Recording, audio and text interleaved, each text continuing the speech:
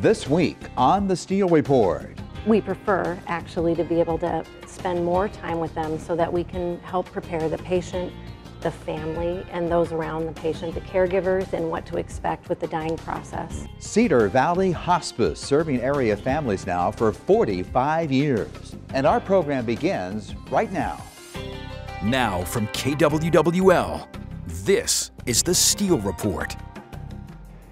And welcome to this week's edition of the Steel Report. My topic today is 45 years of the great organization known as the Cedar Valley Hospice. Let's meet their executive director first of all, and this is Michaela Vandersee.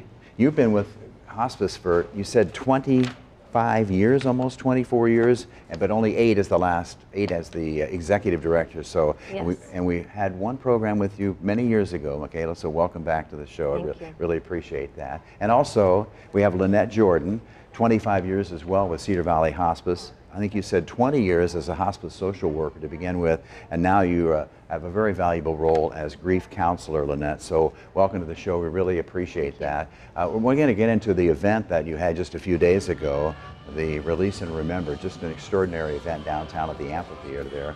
But first of all, Cedar Valley Hospice, how big is it? How many counties do you serve? What exactly do you do for families and the people who come into your hospice home? Sure. Cedar Valley Hospice does serve a 15-county service area in northeast Iowa.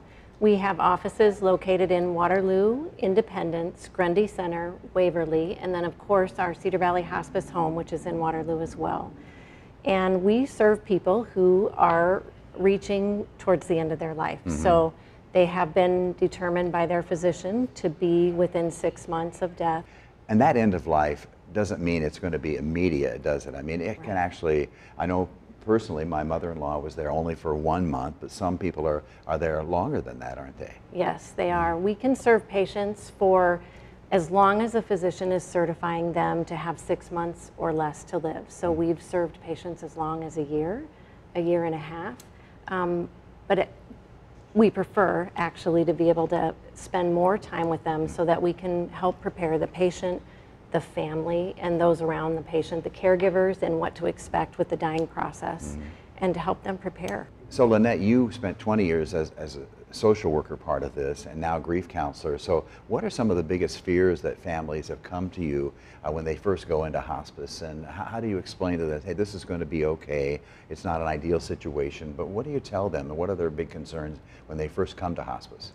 Well, a lot happens at the first visit. We send usually a nurse and a social worker out to talk to the patient and the family and help them understand that we're here to help make their life quality of life and not to promote the end of their life. We're there to support families, to help the patient with their concerns about that whole process. We help families understand that the team is there not only to support the patient, but to also support that entire family unit. That means helping them make decisions about respite and caregiving and other needs in the home, putting an aide in, putting a volunteer in. Services like that will really lighten the load of everybody involved. And when you mention the staff, how many people, Michaela, do you have on staff? And you also have physicians and others, right? So why don't you kind of explain a little bit about your staff? We do. We have 125 staff members, which would include our nurses, social workers, chaplains, hospice aides, physicians, nurse practitioners, and grief counselors, and all the necessary support staff to carry out services for Cedar Valley Hospice. And then to add on that, you have things that people might not even think about, right? We do. Yeah. We do. We have a wonderful music therapy program, and then we also offer volunteers to all of our patients and families, and that's a wonderful, both of those are wonderful things that help patients and their families go through this process. And of course, Cedar Valley Hospice is a nonprofit organization made of you have a lot of volunteers too to help you out during the course of the year. I want to go back to just a few days ago, and why don't you talk about this, Michaela? This is the Release and Remember event down at the Riverloop Amphitheater, and one of the biggest crowds really of all the events that happen in the Cedar Valley all year. And I'm wondering, why is that? Is it because people can identify so closely with each other about the loss of a family member, do you think, or what is it, you know? I do think you hit that right. It is, people need to know they're not alone. You may not have had the same experience with your death with your loved one, but going through grief itself is, the rest of the world doesn't always acknowledge it. 2 months later, 3 months later, 4 months later, and here you're in an amphitheater surrounded by people who are grieving the loss of somebody that they love, and so you know that they're right there with you. And the releasing of the butterflies is such a significant, it really holds a significance of that transformation that life takes. And people really connect with those butterflies, and I believe that's why they come back year after year to experience the event. Yeah, it really is an amazing event. Of course, you have a great band. You have Travis McBride, and his band is called Flatland Ridge, out of the Independence, Cedar Rapids area, I believe. And then, of course, his wife, Michelle, sings the Over the Rainbow song. And I wanted to show you just a video here real quickly. This is one of the monarchs landed on the face of a young man named Andrew Reinard.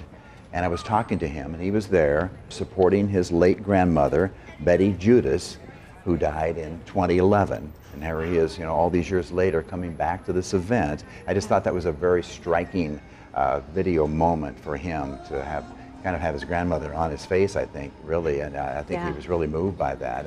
And that's not uncommon, is it, about the events that happen at the Release and Remember? Yeah, that is not uncommon at all. In fact, the moment that we open the boxes and the butterflies come out it goes silent in the amphitheater, and you can just see the expression of hope and sadness and happiness when a butterfly flies over or lands near someone, and they really, I mean, it really is meaningful to people. It's a beautiful event. What does it mean to you personally to be there?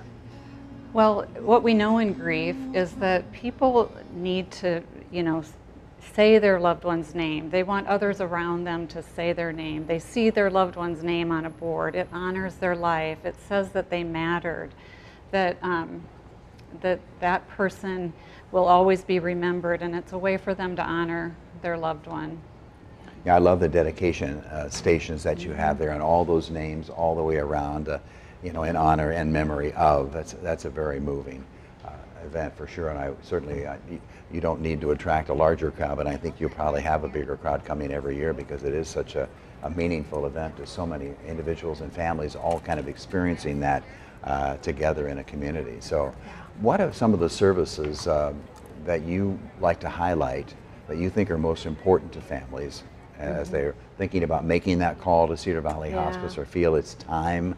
You don't really know when it is time, but they have to make that call at some point.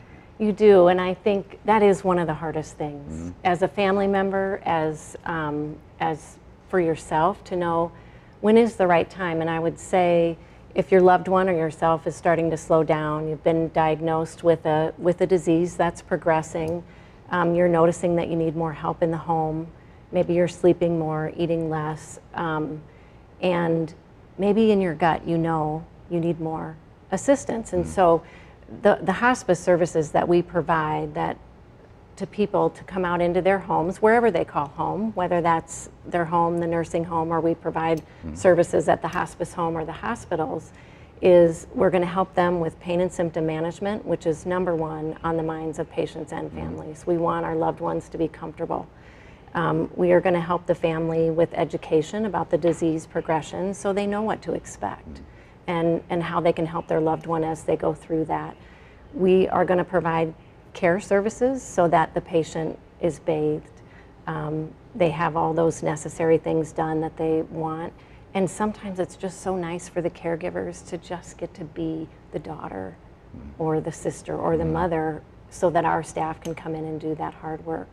Our social workers work with the family to talk about that anticipatory grief, any financial concerns that they may have. And then our spiritual counselor will come in and work with the patient and family as well with whatever their religious beliefs are. We feel strongly that we want to meet people with where they are and helping them through that. So our music therapist will come in and provide beautiful music that suits the patient. So it is tailored to whatever that patient needs. And our volunteers can come in and sit with the patient and family, give the caregiver a break, and all of those things. So it really is a wonderful thing. And as you can see, the longer that we have with patients and families, the more that we can provide to keep them comfortable over time. So I want to mention that the Cedar Valley Hospice Home is located here at 2101 Kimball Avenue in Waterloo. So right now, I'm going to take you inside the hospice home and let Michaela talk more about its significance for so many families, including her own. And we wanted to invite you into our home so that you could see what the Cedar Valley Hospice Home is all about. This is our facility. It is the area's only hospice facility for general inpatient care and respite care. We have our solace room here, and this is a very comfortable, as you can see, peaceful room. It's got some low lighting, and it is a nice, comfy spot for families to gather, to spend time talking. As you can see, the lighting at the hospice home is designed to be a little bit dim, to provide comfort and calm for our patients and families who are here. Many times people are here all day long, throughout the night, for days, and the lighting is really meant to give them a sense of peace and comfort as they spend time with their loved one. We have this curved hallway where all of our patient rooms are, and our nurses station is right here, so there is very easy access. And we love this quote that we have had at the front desk since the opening of the home. Here at whatever hour you come, you will find peace, love, and human kindness. We've reached our family room area. This is another living room, which includes a kitchen, a full dining room table, and then some more comfortable seating for people. Our volunteers provide cookies and goodies for our patients and families who are here at the hospice home, and those are out 24/7, as well as the pot of coffee that is always going to be out. We also have a children's room, which is a great place for the kiddos to come and take a break. There are many games and toys and things in here, and you might be surprised. We have large families that come in and stay for hours on end, so this is a great place for kids to blow off some steam and spend time with each other. I have worked for hospice for 24 years, and last November I had the experience to be with my mom while she was on our hospice care program. And being on the other side of the table is really different from having worked here for that long and knowing as much as I do. And she came to the Cedar Valley Hospice Home. We were here for 9 days, and what I can say is that the overwhelming relief that I felt as her caregiver was something I was not prepared for. We hear so many families who come to us and say what a comfort it was to be able to be here and not have to be the caregiver anymore, have their patient well loved and taken care of by our staff, and just surrounded by people all around them who are caring. It is very difficult to go through a situation like this, and oftentimes our families even connect when they're here. Going through something similar, they find someone who's going through the same thing, and it is very healing to have that happen. But it is a comfortable, wonderful place for people to be. And speaking with my own experience with my mom last November, when I come in here today, I just feel a sense of peace. I'm going to show you a couple of pictures here, and I think these pictures are kind of indicative of the scene that you might see in the hospice home, interactions between family members, that type of thing. In fact, this comes from 2014. My mother-in-law, Vera Mae Wilson, had gone into the Cedar Valley Hospice Home. So this is a photograph of my wife with her mother in those final days. And I'm quite sure that many, many hospice families can relate to a photograph like this. You know, our goal is to have the patient live with as much quality as possible for as long as they're alive. And having the family being able to surround that patient in the time at the hospice home is really a beautiful thing for the family, because the cares are taken care of by our staff, and they can truly just be family and love on their loved one while they're there. So how many people at one time can be served by the hospice home? So the Cedar Valley Hospice Home can have it has 6 beds. So at any point in time there could be 6 people at the hospice home. Our organization over the course of our 15 counties is serving about 180 patients per day. So out in their own homes or in nursing homes. So we have staff out and about all the time. Yeah. We're going to take a short break here on the Steel Report. We'll come back here and talk more about Cedar Valley Hospice in just a moment.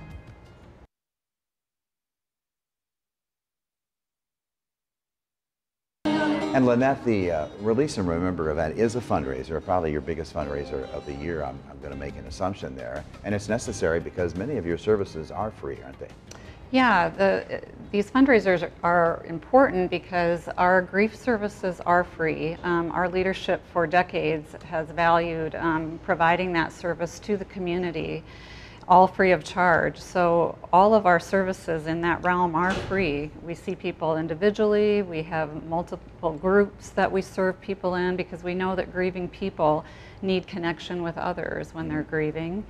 We've got a group specific to child loss, we have a group specific to suicide loss, and then of course we have our wonderful youth services for grieving children because they grieve too. Yeah, a very good pamphlet here from Cedar Valley Hospice, some of the myth versus fact. And the very first one here I really think is interesting. Myth, enrolling in hospice means you're giving up.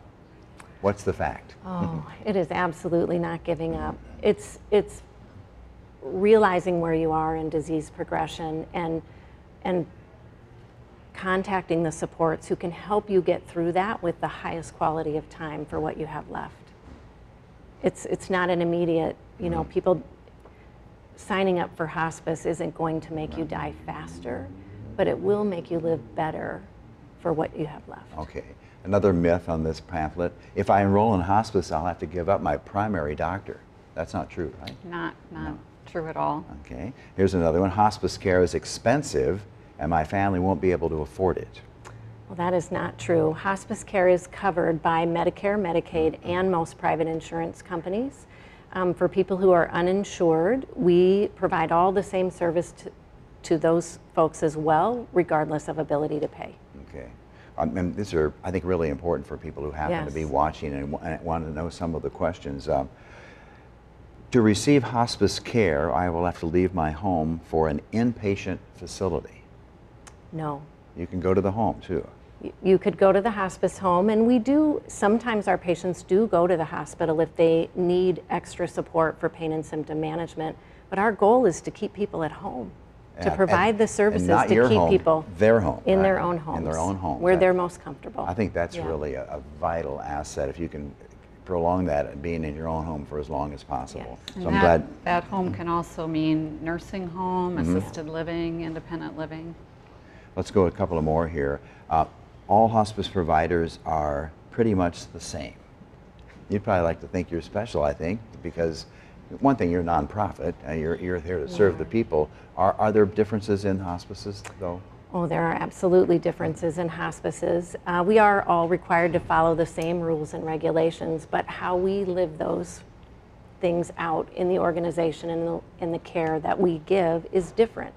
Not every hospice has music therapy, for example. Not every hospice has extensive grief services like Cedar Valley Hospice. And I would encourage people who are looking for a hospice to go to Medicare.gov, compare, and you can compare hospices in your service area. And Cedar Valley Hospice is the only 5-star hospice within our service area. Okay, good. One more on your list here. If it's time for hospice, my doctor will talk to me about it.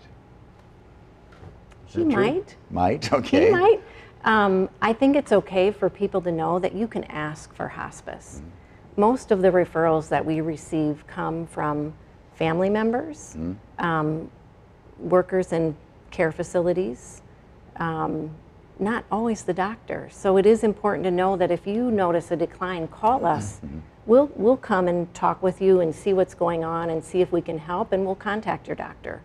Because it may be that you haven't been to the doctor in 6 months because it's difficult to get there. Your doctor's not going to recommend hospice if they haven't seen you at all. So give us a call. We're happy to talk people through that process. So really what you're saying is there is a choice for families out there, right? There is absolutely a choice, and you should do your research, and you should ask for the hospice by name that you want to have serve your family. And Lynette, I want to go back to you as a grief counselor. The most important aspect of your job is what after the person actually passes on? What are you finding as far as is the most difficult for families? Well, what we know in our society today is that getting a therapist could take a long time to get help through a grieving process. A lot of therapists actually refer their clients to us. And the reason for that is that grief counseling is very different than therapy. A therapist needs to determine a diagnosis, kind of something to be fixed. And those are all for insurance reasons, things like that. What we believe in grief is that people aren't broken, they don't need to be fixed, but what they need is acknowledgement for that pain of grief and then connection to others who are grieving, which is key. We find, very well-meaning people after the first few days and weeks after a death will say things like, call me if you need anything. Well, grieving people don't call because they don't know what they need. So we're here to help, and all they need is that acknowledgement of how difficult it is to grieve the loss of a loved one. Our grief services are available to anybody in the community, whether they were on our hospice, another hospice, whether it's a tragic loss in the community, a suicide loss, we will serve anybody. And that's a really good point right there. You're talking about most people come in knowing they're coming to hospice because the end of life is coming for a family member. Sometimes, though, accidents happen and your life is changed in an instant, and there will be tremendous grief. I've seen this most recently with what happened to one of the Union high school students. Yes. So this can happen so quickly. How do people deal with that, though? I mean, it's almost impossible to think about, isn't it? Well, it's a very brave thing to do, to pick up the phone and call us and ask for help. But the reason they do is they feel so untethered to life after a loss. They, people who lose a spouse feel like they've lost a limb. They don't know what to do. And our society is not great about talking about death in general. We all know that.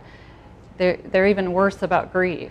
We're trained to look on the bright side of life. We're trained to think that things are linear, that we go from point A to point B to a finish line. In grief, there is no finish line. It's just that feelings are not permanent. We give people hope by telling them that the feelings they're having now won't always feel this intense. Just that acknowledgement. But it's so great also to know that there is a place like Cedar Valley Hospice for them to go. So, I'll kind of let you wrap up this interview a little bit by what do you think the most important aspect of your job is as far as helping these area families? Oh, the most important aspect is making sure that at Cedar Valley Hospice we know what our community needs from us and that we're listening to what those needs are and that we're meeting them. So we know hospice is definitely needed. It is important that we spend time with each one of those families that we are receiving and get to know them, and that we work so that they have a higher quality of life while they're still on this earth. And kind of adding to that, it's a difficult topic, but people do need to talk about what's going to happen in the family in the next few months or years, right? Yes. Is that an important aspect? It is a very important aspect of planning for end of life. We plan for births, we plan for weddings, we plan for all of the other significant events, but it is not very often that families are really prepared and have talked about what they want at the end of life. And that is such an important conversation, not only for the patient, but for the people who will be caring for the patient. So we are certainly open to be a resource to help people talk through what it is that they want and get their advance directives filled out and all of those things as well, because the more you know, the better that experience is when you get to the point that you need to go through it. Michaela Vandersee and also Lynette Jordan from Cedar Valley Hospice, thanks so much for taking the time to come in. We really appreciate that, and we hope families will certainly make that call when the time is right in their own personal lives. So thanks very much. More on the Steel Report coming up here in just a moment.